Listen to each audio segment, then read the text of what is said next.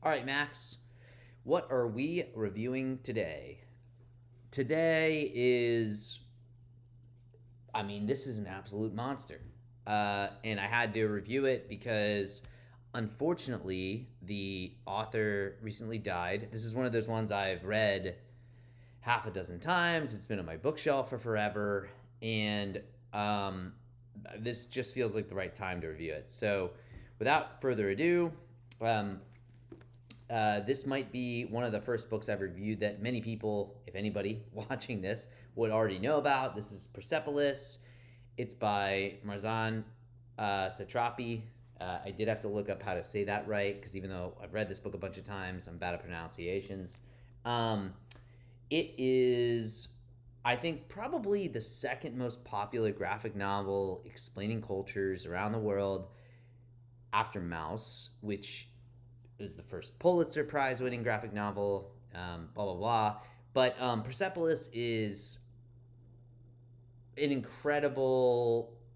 It opened up, I think, Iran to a lot of people that frankly didn't know what was happening behind the curtain at the time.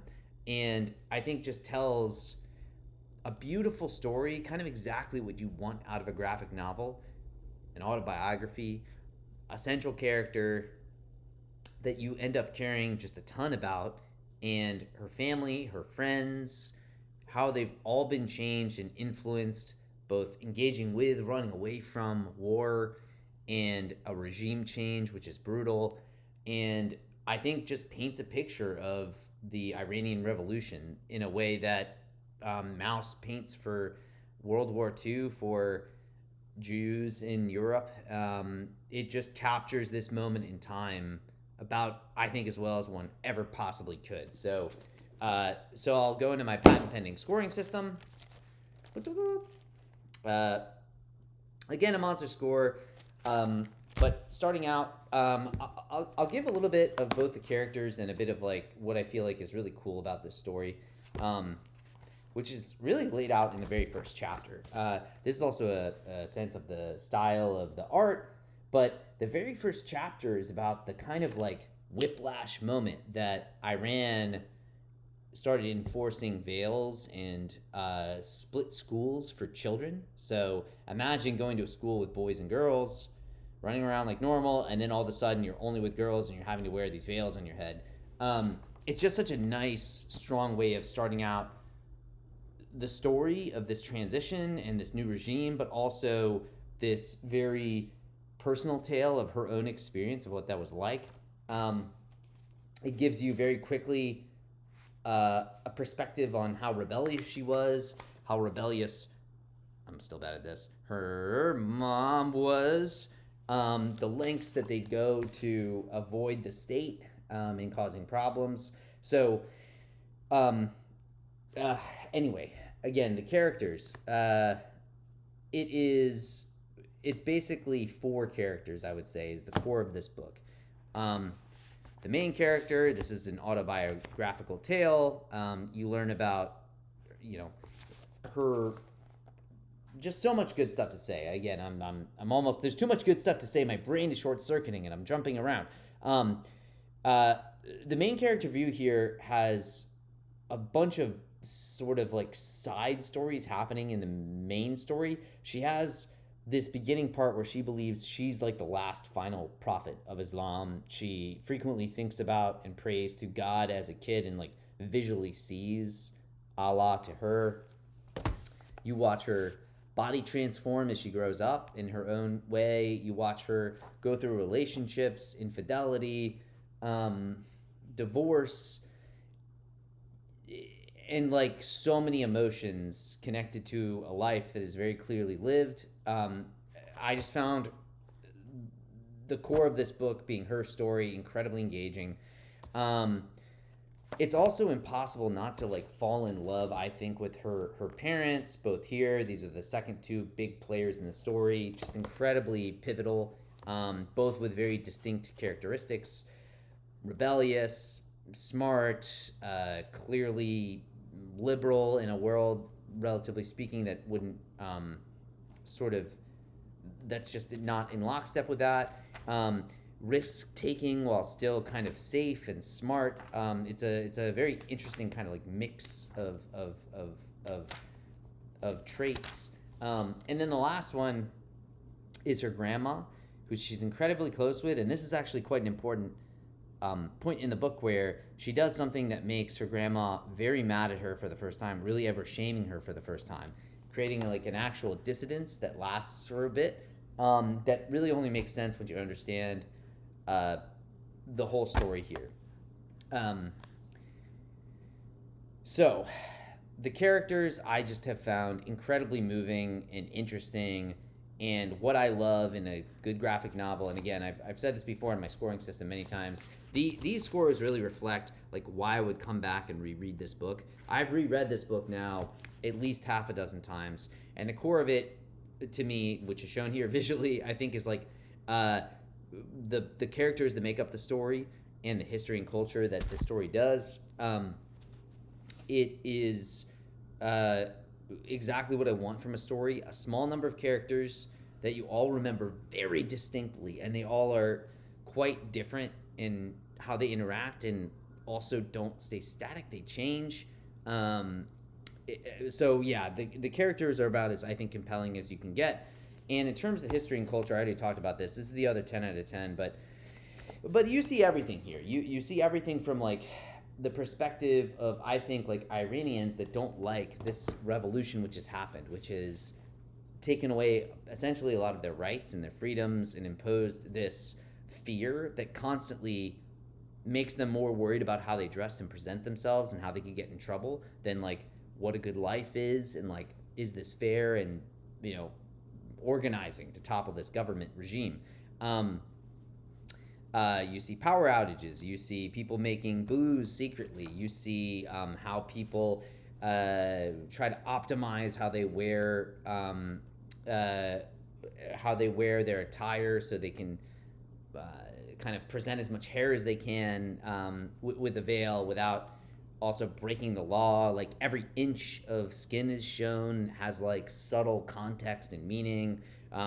You get the sense of the bombing while they're fighting against while they're fighting kind of like from the dad's perspective, a senseless war that's spurred by the West, which is a regional conflict, and yet at the same time takes so many lives. You get the sense of like how the society values the martyrs and how every street ends up being named after martyrs. You get the sense of hopelessness and also beauty and love for her homeland, even while she's dreadfully sad abroad. You can just tell that there's this like love of country and her people, and you get a good sense of the buildings, the way teens and 20-year-olds and 30-year-olds and young adults like maneuver this whole world. Very much like, I don't think like I've reviewed in the past, I think just a fantastic book, Iranian Love Stories. I don't think Iranian Love Stories as a graphic novel exists without Persepolis. There's just been great, a slew of great graphic novels I've already reviewed here that I think might not exist unless Persepolis existed as well. And now you have, I think, a lot of people criticizing, how the state treats people, any kind of dissidents. I won't, I don't want to like give too much about every single detail here, but you see just how brutal they treat any kind of dissidents, anybody with an opinion. You get such a deep sense of the political realities of living in this kind of an Iran. And I think what maybe makes this stick out all the more compared to some other books about Iran is that this is at the most important like nexus point. This is at the transition between a completely different, I think, regime, which obviously had its own problems, but like seeing the night and day difference, and also seeing her travel between Iran and Europe to do her studies. It's like the contrast is palpable and strong. So I think, again, it makes the characters more interesting. It makes the history and culture easier to differentiate and pop. So I just think it's really, really well done. Okay, in terms of, and this will probably, for anybody that actually, for the two people that would watch this, the low score here I'm going to give is the art.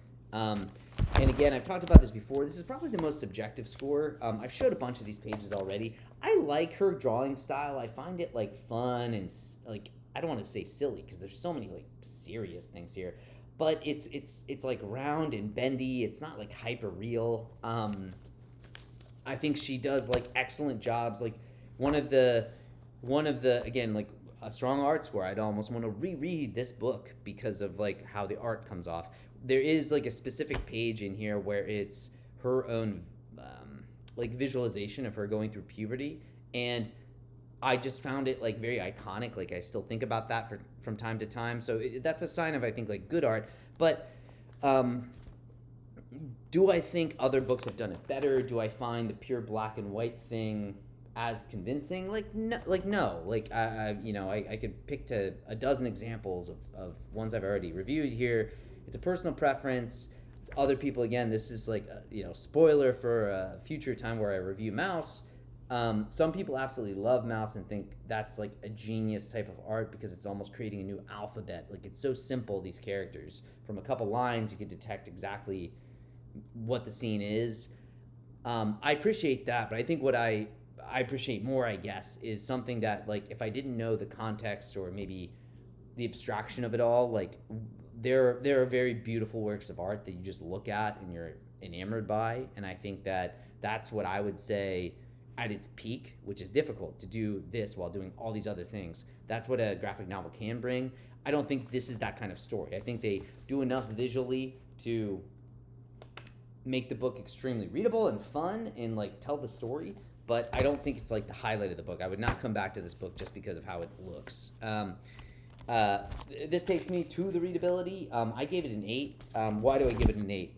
Well, I have to give it a high score. I've read this literally, like, again, half a dozen times. I probably will reread this every couple years for the rest of my life. It's just an incredibly good book. You can see, like, it's just a very well laid out story. Like, the pages and text are never overwhelming. And I think in particular, when there's like extra words on the page, it's at the moment in the story where they've earned it. Like they're at the, like I'll use this as an example. This page is heavy in text, and it's the very end of a chapter, which has kind of like an important moment at it, right? So you are locked in, you are like invested.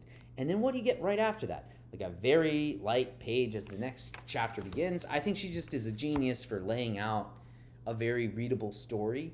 And at the same time, I don't think there's ever been a single time where like I had to read, like where I read the entire thing in a single sitting. I'm sure some people have. So I can't give it like a full 10, but I think extremely, extremely high. And then for X Factor, again, like hard not to give this a 9.